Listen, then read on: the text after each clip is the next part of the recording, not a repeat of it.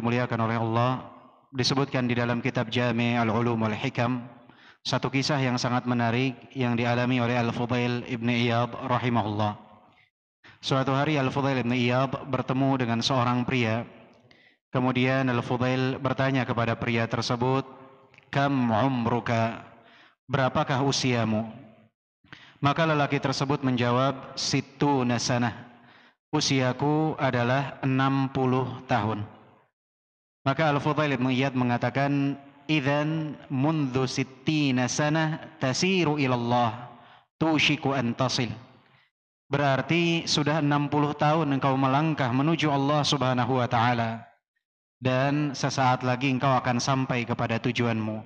Karena umur umatku, kata Rasulullah, di antara 60 dan 70, sedikit yang melewati usia tersebut.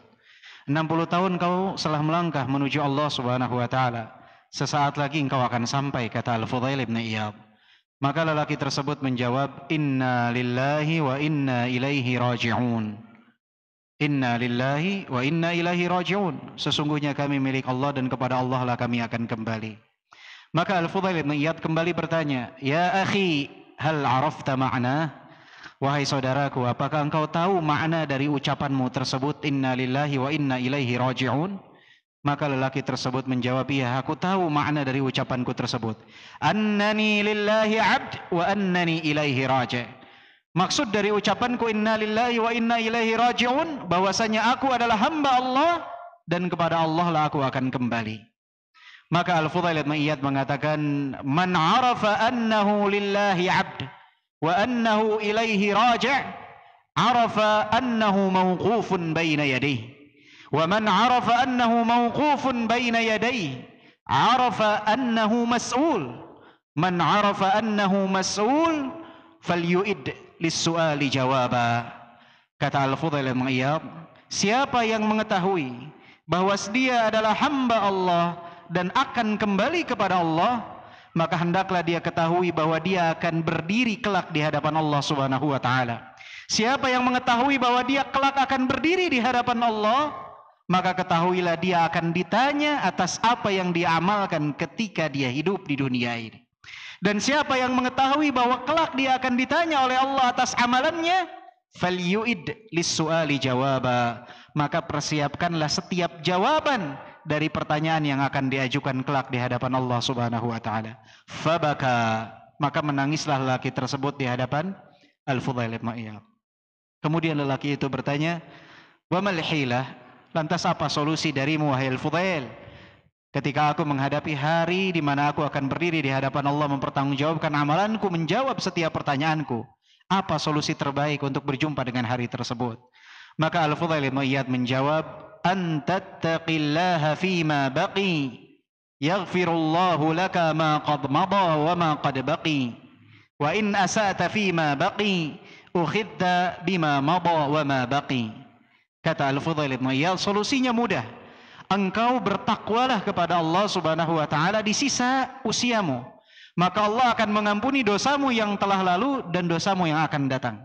Tapi jika engkau enggan bertakwa kepada Allah, bermaksiat kepada Allah di sisa usiamu, maka dosa-dosa yang telah engkau lakukan di masa lampau dan masa yang akan datang akan mendapatkan perhitungan Allah Subhanahu wa taala dan akan mendapatkan azab Allah atas dosa tersebut. Jawaban yang sangat luar biasa yang disampaikan oleh Al-Fudail Ibn Iyad, bahwa kita semua berjalan menuju Allah Subhanahu wa taala. Di antara kita saat ini yang hadir di tempat ini ada yang usianya 20, 30, 40, 50, 60, mungkin ada yang sudah lewat dari 70. Semua berjalan menuju Allah Subhanahu wa taala. Dan dia tahu pasti kelak dia akan berdiri di hadapan Allah, akan mempertanggungjawabkan amalannya. Maka Al-Fudail berikan solusi kepada kita. Jika ingin selamat di hari tersebut, bertakwalah kepada Allah Subhanahu wa taala di sisa usia kita. Karena semudah apapun kita tidak tahu, bisa saja ajal akan menjemput kita esok hari atau lusa atau mungkin nanti malam.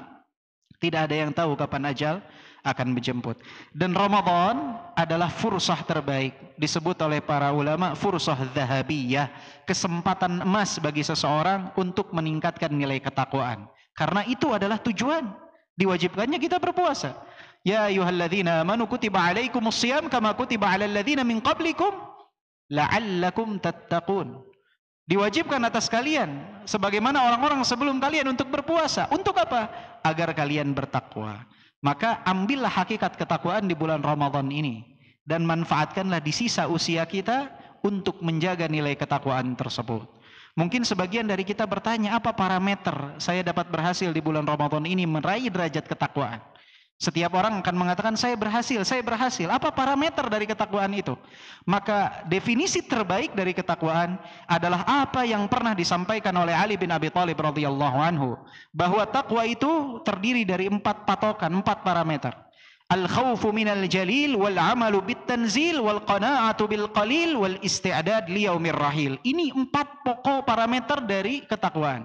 Yang pertama al-khawfu minal jalil, rasa takut kepada Allah Subhanahu wa taala. Setelah Ramadan ini bertambah atau tidak rasa takut kita kepada Allah? Atau kita acuh tak acuh dalam melakukan kemaksiatan?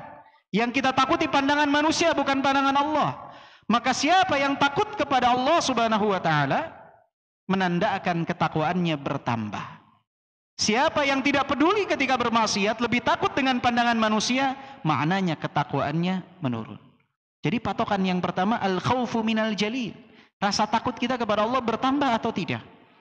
Dan rasa takut kepada Allah beda dengan rasa takut kepada makhluk. Orang ketika takut kepada Allah, dia akan semakin dekat dengan Allah. Beda ketika dia takut dengan makhluk, akan semakin jauh. Maka ini patokan yang pertama. Yang kedua, kata Ali bin Abi Thalib radhiyallahu anhu, wal amalu bit tanzil, mengamalkan apa yang Allah turunkan dari syariatnya. Maka lihat kita dengan Ramadan ini, apakah ketaatan kita bertambah atau tidak? Bagaimana kita dengan Al-Quran dan As-Sunnah? Apakah kita sami'na wa asaina atau kita sami'na wa ata'na? Kita dengar dan kita taat atau kita dengar kita maksiat? Semakin besar pengamalan kita dari syariat yang Allah turunkan, maka tanda semakin besar ketakwaan kita kepada Allah Subhanahu wa taala. Semakin kita tidak mempedulikan syariat tersebut, tidak mempedulikan apa yang Allah turunkan, tidak dijadikan pedoman dalam hidup kita, maka semakin tanda lemahnya ketakwaan kita.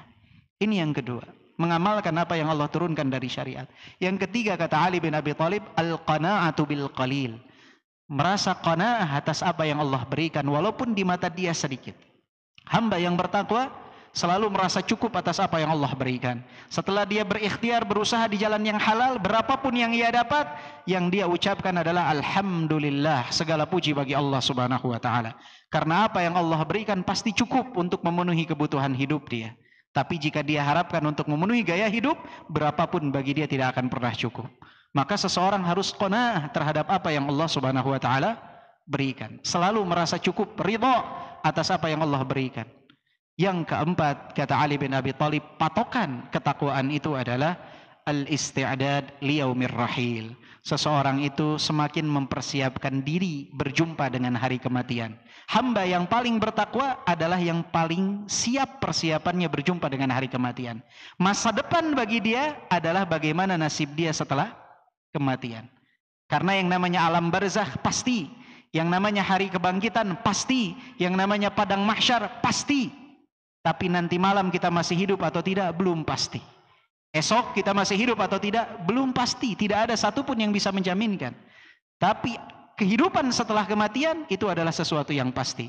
Maka hamba yang berakal, hamba yang bertakwa, dia selalu mempersiapkan diri untuk berjumpa dengan hari kematian.